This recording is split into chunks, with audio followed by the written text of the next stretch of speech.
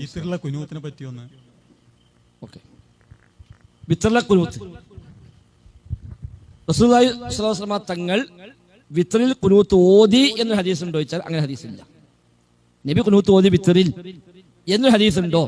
ഇല്ല. എന്നാൽ നബി ഓതാൻ പഠിപ്പിച്ചു കൊടുത്തു എന്ന ഹദീസ് ഉണ്ടോ? ഉണ്ട്.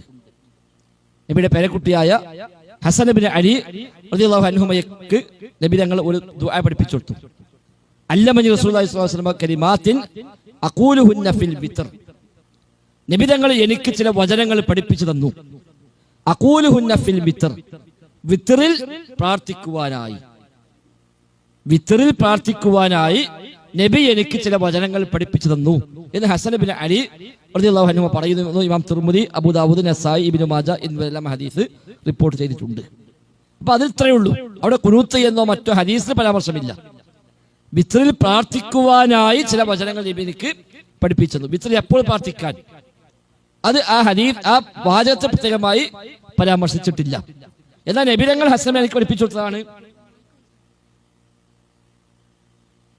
നബി അദ്ദേഹത്തിന് പഠിപ്പിച്ചു കൊടുത്താണ് എങ്കിലും നമുക്ക് എല്ലാവർക്കും അത് സ്വീകരിക്കാം. നബി പഠിപ്പിച്ചു കൊടുത്താണല്ലോ. ഒരാൾക്ക് പ്രത്യേകം പഠിപ്പിച്ചു കൊടുത്തതാണെങ്കിലും നബി പഠിപ്പിച്ചു കൊടുത്തതുകൂടി എല്ലാവർക്കും അത് സ്വീകരിക്കാൻ പറ്റും. അതിൽ പ്രശ്നമൊന്നുമില്ല. ഇനി ഈ പ്രാർത്ഥന ഹസൻ ഇബ്നു അലി നിർവഹിച്ചത് എപ്പോൾ, നിർവഹിക്കാൻ പഠിപ്പിച്ചപ്പോൾ പണ്ഡിതന്മാർ മനസ്സിലാക്കിയത് എങ്ങനെ?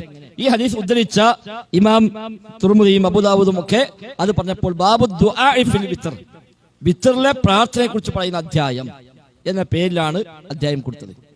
ഇമാം ഇബ്നു മാജ ആണ് ഓർമ്മ, അല്ലാഹു അഅലം, അദ്ദേഹം കൊടുത്തത് ബാബുൽ ഖുനൂത്ത് ഫിൽ വിത്ർ, വിത്റിലെ ഖുനൂത്തിനെ പറ്റി പറയുന്ന അധ്യായം എന്നാണ്.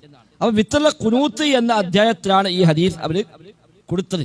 അപ്പൊ അവരതിൽ നിന്ന് മനസ്സിലാക്കിയത് വിത്റിൽ ഖുനൂത്ത് ഓതാൻ പറഞ്ഞതാണ് ഈ പ്രാർത്ഥന എന്നാണ് അവർ മനസ്സിലാക്കിയത്. ഏതാണെങ്കിലും സ്വഹാബിമാർ വിത്റിൽ ഖുനൂത്ത് ഓതിയായിട്ട് വ്യത്യസ്തമായ സ്വഹാബത്തിൽ നിന്ന് ഉദ്ധരിക്കപ്പെട്ടിട്ടുണ്ട്.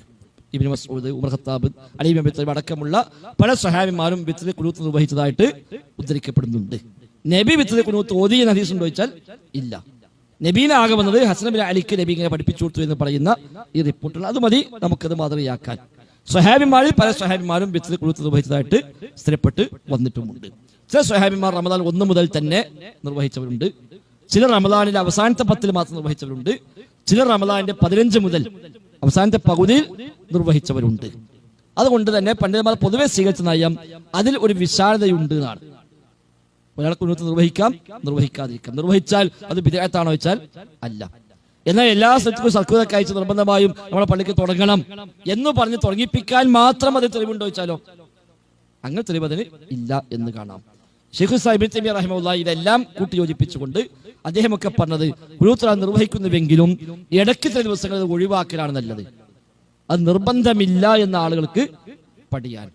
നമ്മൾ സ്ഥിരമായി ചെയ്യുന്നു, ഒരു ദിവസം ചെയ്ത് അപ്പാ ചിന്തപ്പെന്ന് മറന്നോ, എന്താ ചെയ്യാത്തത്, അപ്പൊ അങ്ങനെ വേണ്ട, അങ്ങനെ ആക്ഷേപിക്കേണ്ട വകുപ്പില്ല എന്ന് ജനങ്ങളെ പഠിപ്പിക്കാൻ വേണ്ടി ഇടയ്ക്കെങ്കിലും ഒഴിവാക്കുകയാണ് നല്ലത് എന്നും ഇബ്നു തൈമിയ്യ റഹിമഹുല്ലാഹ് പറഞ്ഞതായി കാണാൻ കഴിയും. ഏതായാലും അത് വിശാലതയുണ്ട്.